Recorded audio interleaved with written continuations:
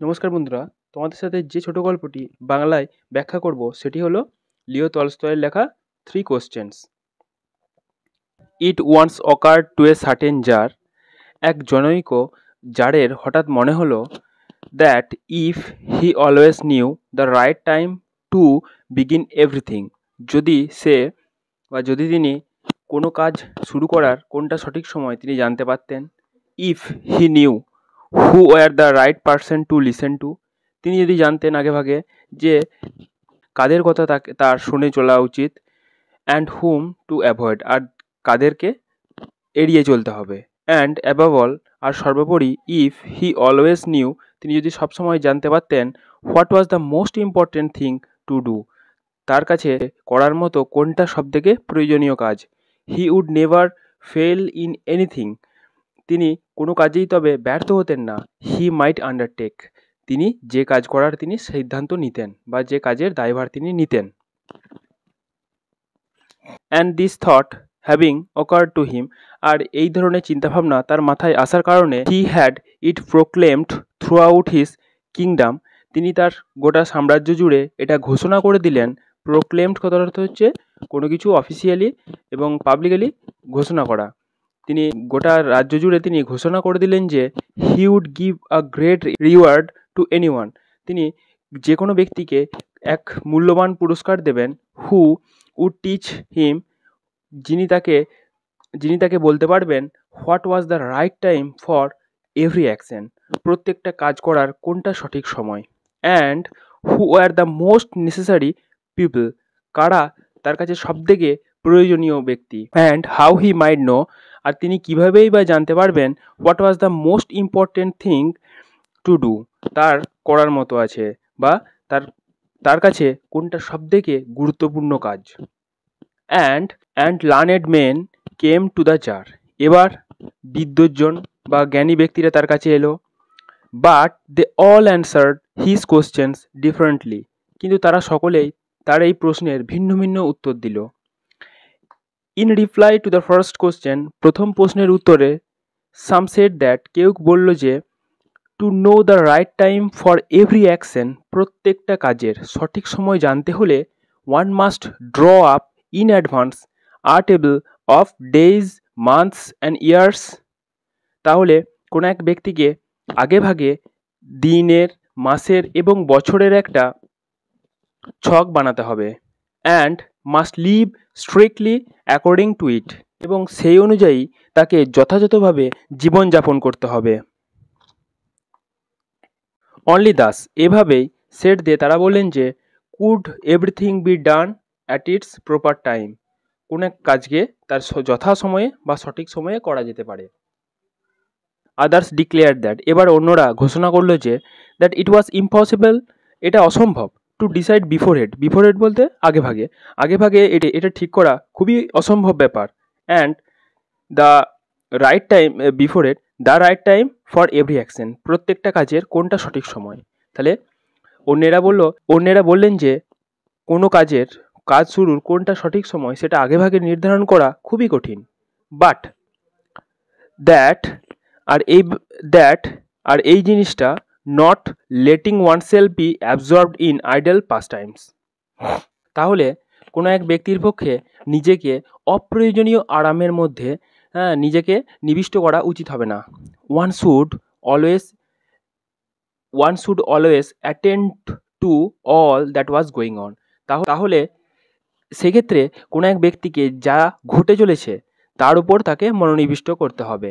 And then do what was most needful, এবার যেটা সবথেকে প্রয়োজনীয় সেটা করতে হবে। আদার্স আগেন সেড, অন্যেরা আবার বলল যে that however attentive the czar might be, যার যতই মনোযোগী হোক না কেন to what was going on, যে ঘটনাগুলো ঘটছে তার প্রতি, it was impossible for one man, তবুও এটা এক ব্যক্তির পক্ষে অসম্ভব to decide correctly the right time for every action, কোনো কাজের সঠিক সময় নির্ধারণ করা খুবই কঠিন। But that he should have a council of wise men, এমনটা হলে তাকে কিন্তু একটা জ্ঞানী পরামর্শদাতা বা উপদেষ্টা পরিষদ রাখতে হবে। Who would help him to fix the proper time for every action, for everything. যারা তাকে কোনো কাজের সঠিক সময় আগেভাগে নির্ধারণ করে দেবে।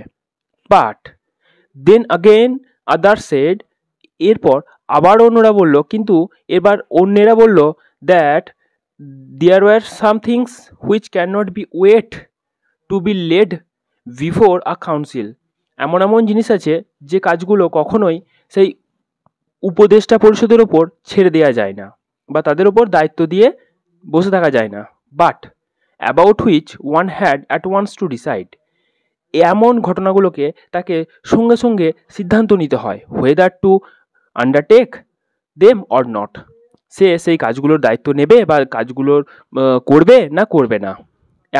এই জন্য তাকে কি সঙ্গে সঙ্গে ডিসিশন নিতে হবে, সেই জন্য কারোর ওপর ছেড়ে দেওয়া যাবে না। বাট ইন অর্ডার টু, মানে সেটুকুও সে সঙ্গে সঙ্গে ডিসিশন নিতে হবে, অন্যদের উপর ছেড়ে দেওয়ার মতো সে সময়টুকু পাবে না আর কি।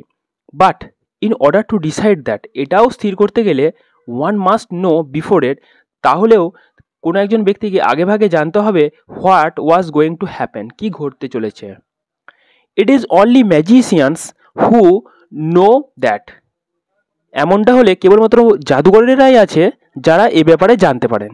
অ্যান্ড দেয়ারফোর, আর এরপর in order to know the right time for every action, যদি সেই ব্যক্তি কোনো কাজের সঠিক সময়, কোনো কাজ করার সঠিক সময় জানতে চান, ওয়ান মাস্ট কনসাল্ট ম্যাজিশিয়ানস, তাহলে তাকে জাদুঘরের সাথেই পরামর্শ নিতে হবে বা জাদুঘরের সাথেই তাকে দেখা করতে হবে।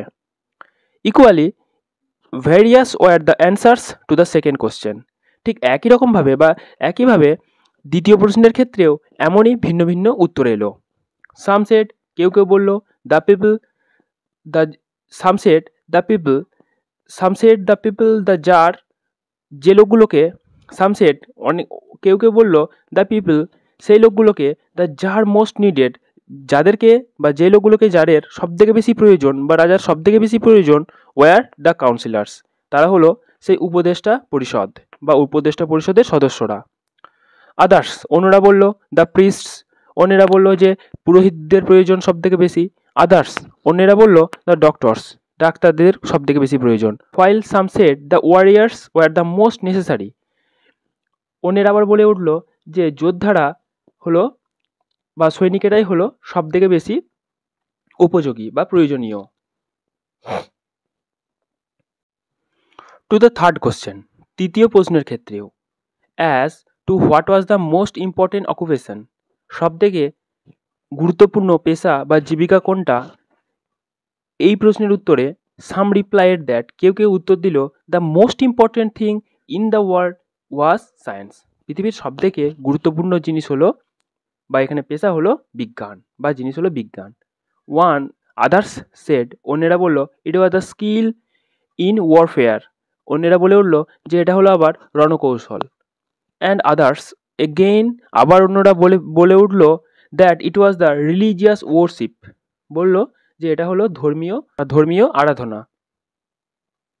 All the answers being different, এই সমস্ত উত্তরগুলো সব আলাদা আলাদা আসায় the tsar agreed with none of them, সেই রাজা কারোর সাথে সম্মতি হলো না বা তার কারোর উত্তর ভালো লাগলো না। And gave the reward to none, আর কাউকেই তার পুরস্কার তিনি দিলেন না। বাট স্টিল উইসিং, তবুও তার মনে ইচ্ছা ছিল to find the right answer to his question, তার প্রশ্নের সঠিক উত্তর পাওয়ার। তাহলে তারপরও যখন তিনি তার প্রজাদের কাছ থেকে কোনো উত্তর পেলেন না সঠিক উত্তর, তখন তিনি তবুও তার মনের মধ্যে এই প্রশ্নগুলোর উত্তর পাওয়ার ইচ্ছা রয়েই গেল। হি ডিসাইডেড, এবার তিনি স্থির করলেন যে টু কনসাল্ট আ হারমিট, তিনি একজন সন্ন্যাসীর কাছে যাবেন বা তার সাথে পরামর্শ নেবেন। Widely renowned for his wisdom, যিনি তার জ্ঞানের জন্য খুব প্রসিদ্ধ ছিলেন বা খুব পরিচিত ছিলেন।